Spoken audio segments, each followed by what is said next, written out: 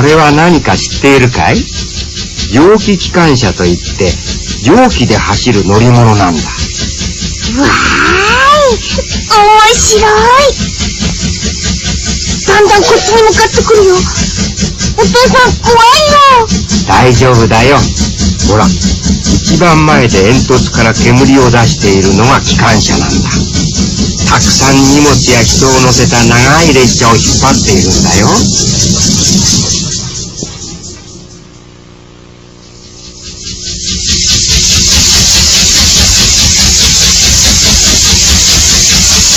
大きな車輪だな。僕よりもずっと大きいや。そうだね。どうだい？驚いたかい？蒸気機関車は長くて重い列車を引っ張るからとても力がいるんだ。だからこんなに大きな車輪がいるんだよ。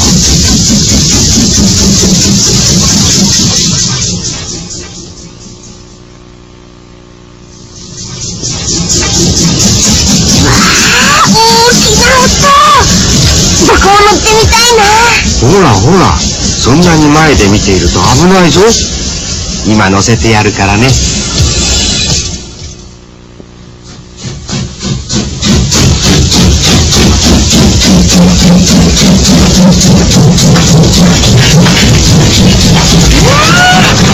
械がいっぱいあるな。ほら、その中では真っ赤に火が燃えてるよ。お父さん、ここは何？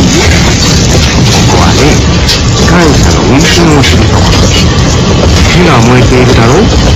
そこで石炭を燃やして蒸気を作るんだよ。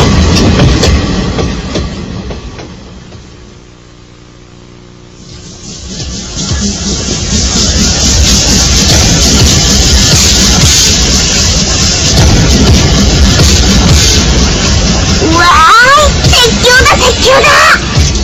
でも、あんなに重い機関車が走って鉄橋は大丈夫かな？そんなことで簡単に鉄橋は壊れないよ。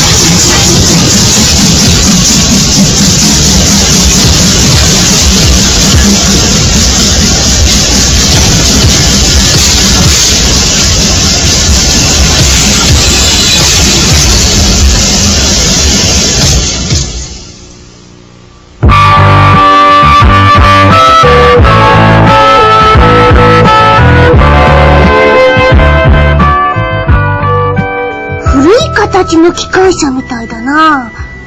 お父さん、これはずっと昔のかな？そうだよ。君たちのおじいさんやおばあさんが子供の頃に活躍した機関車さ。へえ、そんなに昔から機関車はあるのか。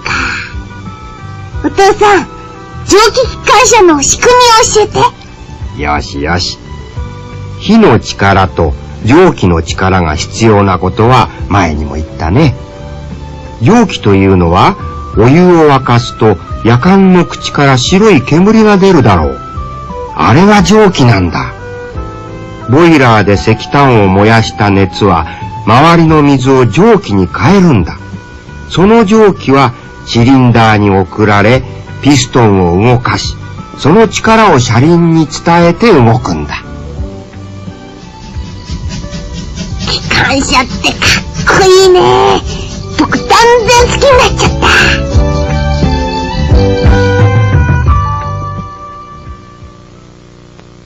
おはようございます。それでは白井専務に大井川鉄道の遠隔について簡単に説明していただきたいと思います。はい。この大井川鉄道ですがね、昭和2年にですね、最初の部分が開通をいたしまして、昭和6年に終点千頭まで全線が開通したんですね。それで、当初は木材の輸送ですね、これが大きな目的でございまして、ついでに沿線の人も運ぶと、そういうことでやってまいりましたんですが、だんだん戦争後最近になりますと、木材の輸送も減ってまいりましてね、今では観光客の輸送が一番大きなウエイトを占めるようになってきてます。そうなんですか。それからもう一つは最初はずっとSL で運転してたんですね。それは昭和24年に電化をいたしましてね、それでSL はなくなってしまったと。で、ところが、またこの SL を復活しようという話が出てきて、昭和45年から SL の動態保存、動く状態で保存しようということが始まりまして、それから昭和51年には今度は今やってるような本線の運転まで復活をさせたと。で、今日に至ってます。それでは鈴木重役さんに SL の仕組みについて簡単に説明していただきたいと思います。はい、わかりました。SL の動く仕組みについて。はい。今現物見ていただいた通り、鉄の塊で大きな機関車ですね。この機関車は、ボイラーへ、蒸気を溜めて、その蒸気を利用して動く SL でございます。一番初めに、ボイラーで溜められた蒸気が、そこに光った黄色の、ドームがございますね。そこで蒸気が溜まるわけですね。その蒸気が、シリンダーへ回って動輪を回転させる仕組みになっております。はい。このポッポという蒸気はどこから来てるんですか？今これはコンプレッサーって言いますとね、空気を作っているんです。それは、動力が蒸気でもって動かされているものですから、その排気音が今ポッと出てるんです。はい。黒い煙と白い煙がありますね。黒い煙は石炭が今燃焼している煙ですね。で、白い煙は蒸気が噴出されている蒸気の煙になるわけです。それぞれ煙の役割が違うんです。はい。はい。細かいところについてちょっと。そうですね。細かいところって言いますと、ここで蒸気機関車が石炭をいただいて、その熱でもって、お水が蒸気に変換されるわけですね。その溜められた蒸気がドームに溜まります。そのドームが、ずーっと前の方まで行って、それでもっと加熱されるんです。コブの中にはだいたい100度の蒸気が入っているんです。100度の蒸気ですね。それがこの機関車を動かすためにはもっと高い温度にしないと動かないもんですから、木の中を蒸気が通って400度になるんです。400度。はい。400度になった蒸気がピストンといって今、そこに丸いドームが見えますね、小さなドームが。あそこの年へ入ってくるんです。あそこへ入ってきて、あそこでもって蒸気は膨張利用をして、車輪を動かすという仕組みになりますよね。そうすると石炭っていうのももちろん元の燃料で大切ですけど、お水っていうのもすごく大きなね。SL は石炭とお水がないとどうしようもございません。そうですよね。はい。随分大きい車輪と小さい車輪とか、車輪の大きさが違うようなんですけれども、これはそれぞれどういう、この機関車には小さな車輪が3つ、大きな車輪が3つございますよね。一番前にありますこの小さな車輪ですね。これはこの機関車が走ってる時に、カーブへかかりますね。カーブへかかりますと、どうしても遠心力の力で飛び出そうとする力になっちゃうんです。それを中へカーブをうまく回るように誘導してくれる車輪なんです、これが。次のこの大きな車輪3つございますね。これはこの機関車がフルスピードが出るように大きく作ってあるんです。そして直径が1メートル52センチございます。普通の大人さんと同じぐらいの大きさですね。だから後ろの車輪は、重量が平均にかかるように、またバックで走るときに前の車輪と同じような役目をしていただく車輪なんです。でそれぞれもうただ大きさが違うだけじゃなくてちゃんと働く。はい、働きが全部ございます。そしてこの大きな車輪を動かすのは、あそこのドームから蒸気がずーっと流れてきて、ここへ蒸気が入るんです。この中に蒸気が入る。この中に入った蒸気がこの棒に伝わるんですね。この棒に。はい、この棒は、往復運動をやっております。その往復運動の力を利用して、この棒へ主連棒と言いますがね、この棒に伝えるんです。あとこの棒が今度は、回転運動に変わるんです。回転運動に変わったのが車輪に伝わっていくっていうように、そして前へ動いたり後ろへ動いたりっていうふうな動作があるんですね。じゃあ本当に順繰りにこっちからこっちっていう感じで。上からだんだんと蒸気が変化して、それでここへ来て初めて具体的に今度は動力に変わるということですね。本当に蒸気っていうものをうまくこう動力に。そうです。随分いろいろな機械がねたくさんあるみたいなんですけれども、それぞれの役割っていうか。そうですね。ここにたくさん使う機械があるんですよね。まず一番初めにここにありますこのブレーキですね。これが、列車を止めたり、それから出発させるときに緩めたり、そうした、機械ですね。こちらが、自動ブレーキといいまして、機関車から客車まで全部ブレーキがかかるブレーキです。だから上の小さいのが機関車だけのブレーキ。そういう役目が変わっているんです。じゃあブレーキ2種類あるんですか？はい、ブレーキが2種類ございます。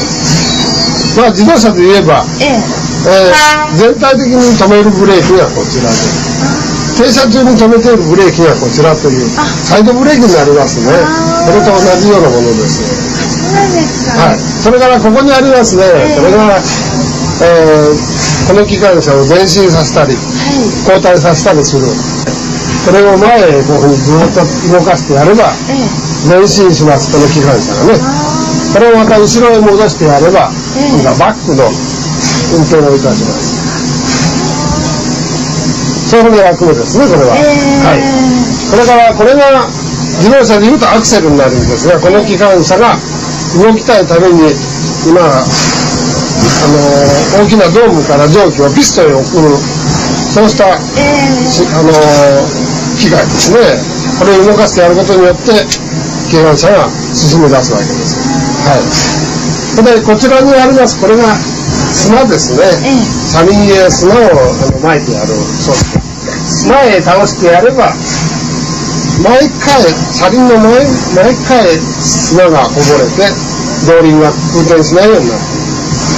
後ろへ倒してやれば後ろ側へ砂がこぼれて、今度はこちらへバックで走ってくるときに運転しないようにっていうそういうふうな装置ですね。前へちゃんと倒したり、こんなことであるんです。はい。砂を車輪のレールの上にこぼしてやるんです。それで空転を防ぐ。そうです。だからこれがラッパですね。この機関車は5音階に分かれております。非常に大きな音がします。これが引っ張ることによって計測が鳴るんです。ちょっと鳴らしてみます。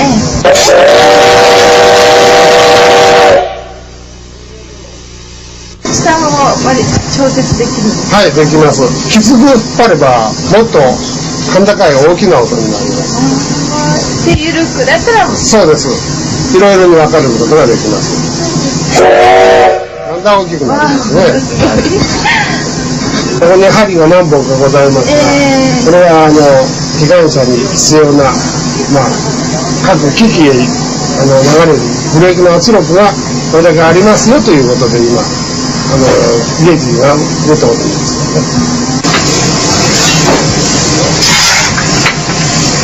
セールはこうして石炭を食べて走るんですよね。すごい。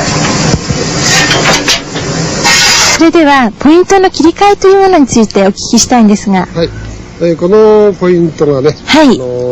線路を切り替えるポイントです。あ通常、ダルマポイントと言います。これはちょっと重いんですがね、はい。これを持ち上げて、ええ。線路を変える、向きを変えるわけですね。こうして、必ず先端を確認して、はい。そして、合図者に、ええ。ポイントが変わりましたよということを教えてやるんですが、あ、はい。これがダルマポイントという。ダルマポイント。はい。今この範囲、こちらに返したっていうことは、ええ。線路が、こちらの線路に変わったっていうことですね。あ、右の方へ入る。ええ。だからこれが今、こちらに返し直しますと、そうすると、今度、今、左。機関車がいる線路と、こちらの線路とずーっと道が繋がったということですね。ああ。はい。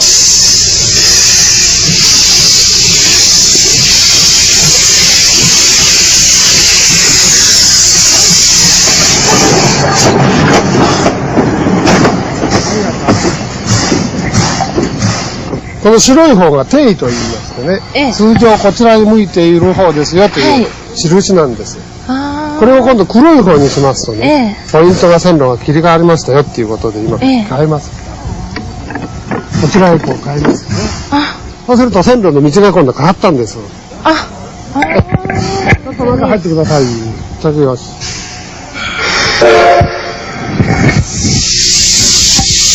今、こちらにあった、なんか反対の方へ入ってきますから。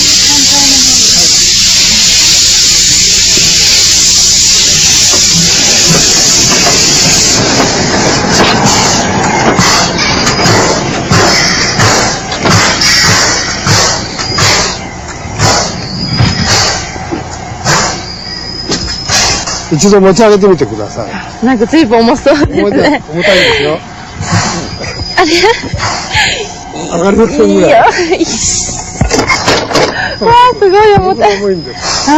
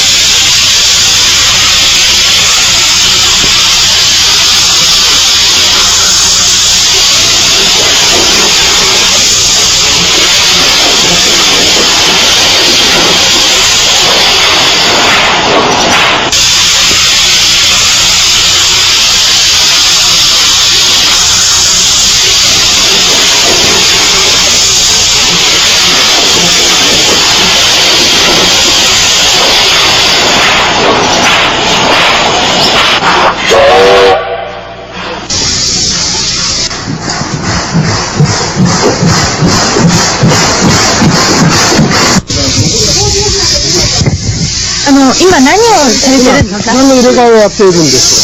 はい。今、操作係で果たして、ケールが他の線路へ出る、今、入れ替えに入ります。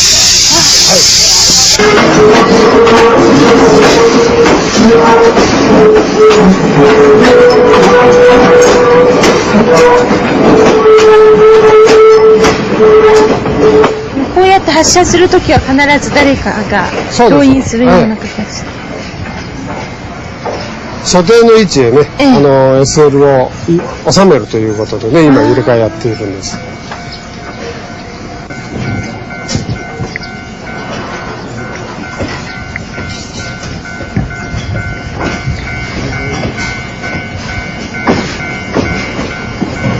今、下りの線路から上りの本線へ今、入れ替えやって、戻ってきたところです。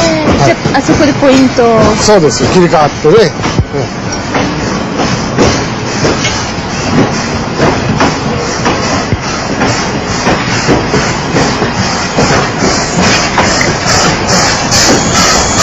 そうすると所定の位置へ止まって、発射になります。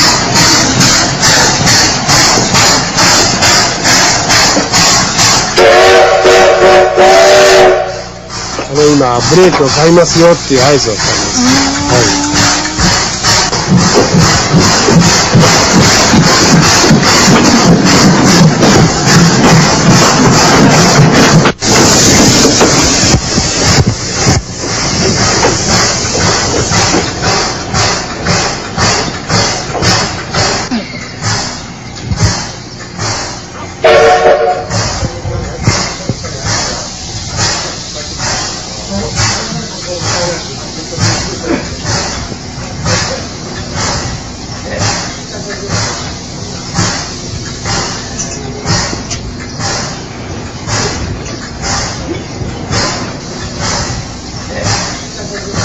これは上り1番っていうところ入りました。上り1番。はい。この機関車の3つ目の線路へ入ってます。はい。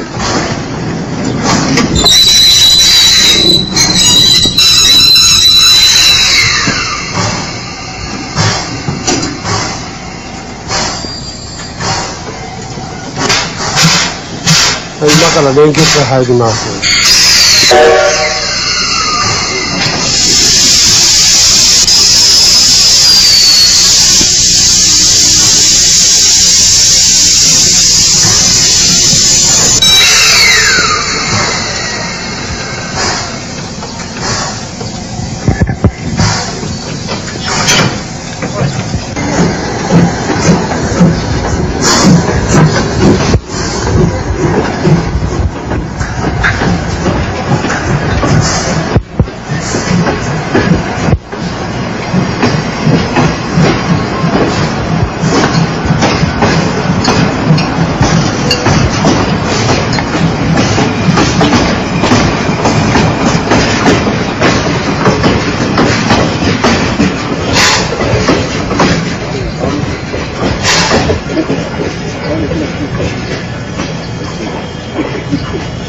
シグナルについて説明していただきたいんですが。そうですね、今現在赤になってますね。はい、あれがここから列車が発車するときには青になるんですが、青に切り替わるんですが、2R という方が青になりますね。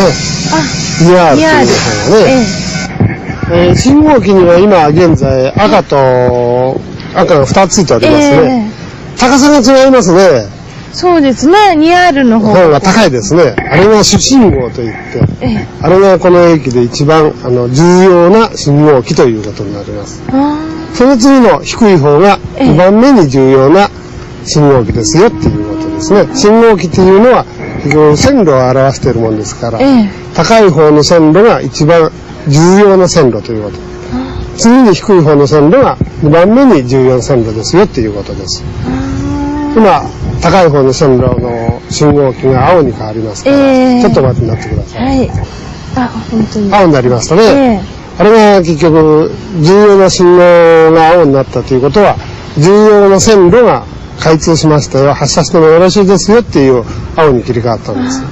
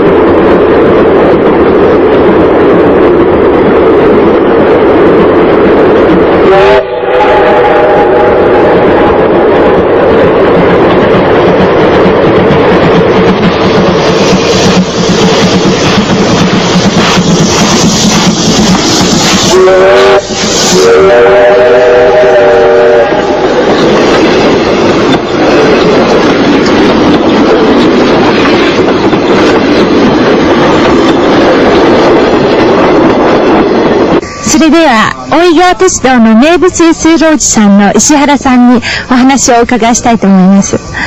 もう最近ではすっかりテレビなどでもお馴染みになってしまったんですけれども、もう車内ではね、お客様と一体になって本当に楽しいガイドをされていらっしゃいますが、いろいろご苦労も多いんでしょうね。はい。苦労よりも楽しみいっぱいで、苦労はありません。お客様に大変可愛がっていただいておりますので、私は本当に幸せ者だと思います。じゃあもう石原さんは本当にこの SL をもう心から愛していらっしゃるっていう。そうです。私の鉄道人生は50年ですけれども、その大半はこの SL とともに生きてまいりました。ですからもう SL は家族、兄弟、家内といったようなそんな気持ちがいたします。それでは大井川鉄道の SL 資料館長の飯塚さんにお話をお聞きしたいと思います。こちらに展示されている SL というのは2109ですか？このナンバープレートはね、形式は2100形式ね。それで2109番目にね、2100形式の9番目に作った機関車と。こういうふうに解釈しますね。だからこれ通常2100形式と言いましてね、非常に力の強い機関車ね。で、これは輸入品でね、イギリス製なんですね。こちらはまた随分いかにも見るからに古いっていう感じなんですけれども、これはいつ頃こちらに？そうですね、大正時代にね、国産第1号機ね、大型機関車のね、SL の第1号機と聞いておりますけどね、形式は9600型ってね。9600型。最初の4とかいうのは？これはね、製作番号でね、作った番号ね。だから9600の16と書いてありますね。これが16、17、18、19、これ100になりますと、この頭へ1ずつ持って、1をね、持っていったわけね。したがって、49616と書いてありますね、ナンバープレートにね。これは9600型の416番目に作った機関車だと。こういうね、意味なんですね。まあ、随分それは、知る人ぞ知るっていう感じですね。そうですね。こちらはまたさっきとは打って変わって随分可愛らしい機関車なんですけれども、これは国産じゃないですよね。これは国産じゃないです。これはドイツ製のね、コッペル社というところで作った機関車でね、製作はだいたい大正10年頃ですね。それで中国地方ね、あちらの島根県市畑というね、工場で、工場内の入れ替え作業に使っておったようですね。そしてもうスクラップ同然の機関車だったんですよね。それを大井川鉄道で、いただいてきて、それを修繕いたしましてはね、このような立派な小型の、走る SL、生きた SL に生まれ変わったわけなんですね。この SL も先ほどの SL とよく似てるんですけれども、これも国産じゃなくて。そうね、これもね、1号機と同じで、ドイツ製ね、ドイツで作った機関車。これは1275と言いましてね、こういうナンバープレートもついてますね。これはこの線図の構内を時々ね、遊覧的にだね、活躍しておりますね。そうですか。お客様を乗せてはね、約1キロ半ぐらいの井川線って言ってね、こちらの井川線、この最初の駅が両国って駅があります。そこまで複線になってましてね、大井川の川原の線ですね。そこのところ1キロ半ばが行ったり来たり、そういう遊覧的なね。じゃあ本当にもう観光そのものそうですね。それでは車両区の岡本さんに C12 についての説明をお伺いしたいと思います。随分古い機関車みたいなんですけれども、これはいつ頃できたんでしょうか？これは昭和12年にね、日本車両でもって製作されたわけですけどね。じゃあ今までこう眠っていたものをやっと今になって。そうですね。ということは、まあ、山の奥にね、静かに、眠っておったわけですけど、再びこのプラストの音をね、この川根路の山あいを轟かせるということで、まあ皆さん技術員もね、取り組んでおりますけど。本当に全国のね SL ファンの人たちにとってもすごく喜ばしいことですよね。そうですね。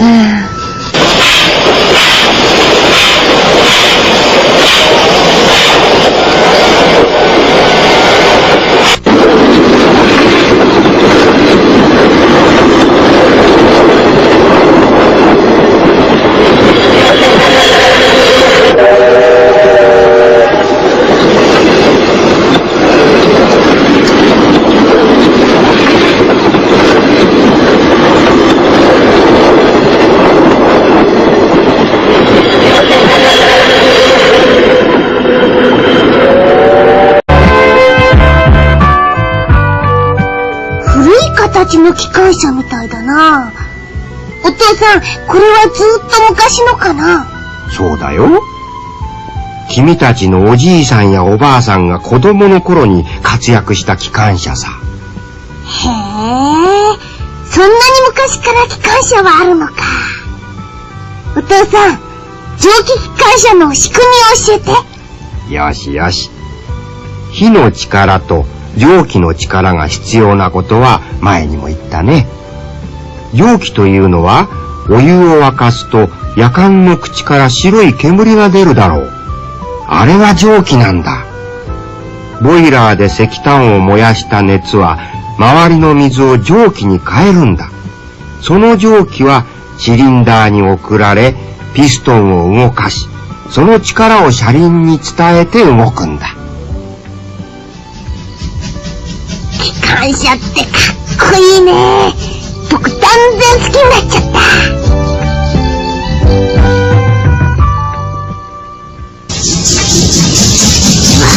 あ、大きな音。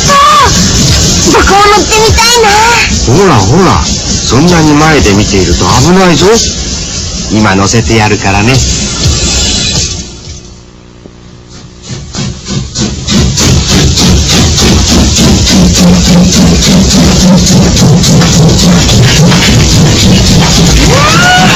機械がいっぱいあるな。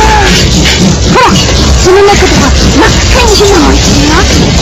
お父さん、これは何？ここはね、機関車の運転をするところ。火が燃えているだろう。そこで石炭を燃やして蒸気を作るんだよ。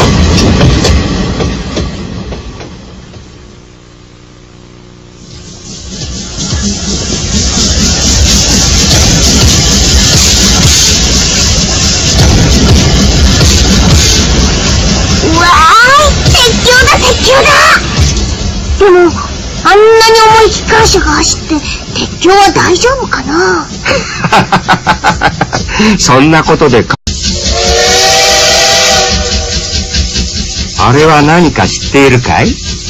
蒸気機関車といって蒸気で走る乗り物なんだ。わーい、面白い。だんだんこっちに向かってくるよ。お父さん、怖いよ。大丈夫だよ。ほら、一番前で煙突から煙を出しているのが機関車なんだ。たくさん荷物や人を乗せた長い列車を引っ張っているんだよ。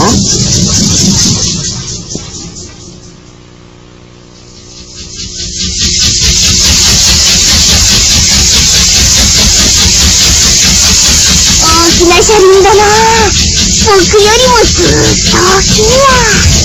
そうだね。どうだい？驚いたかい？蒸気機関車は長くて重い列車を引っ張るからとても力がいるんだ。だからこんなに大きな車輪がいるんだよ。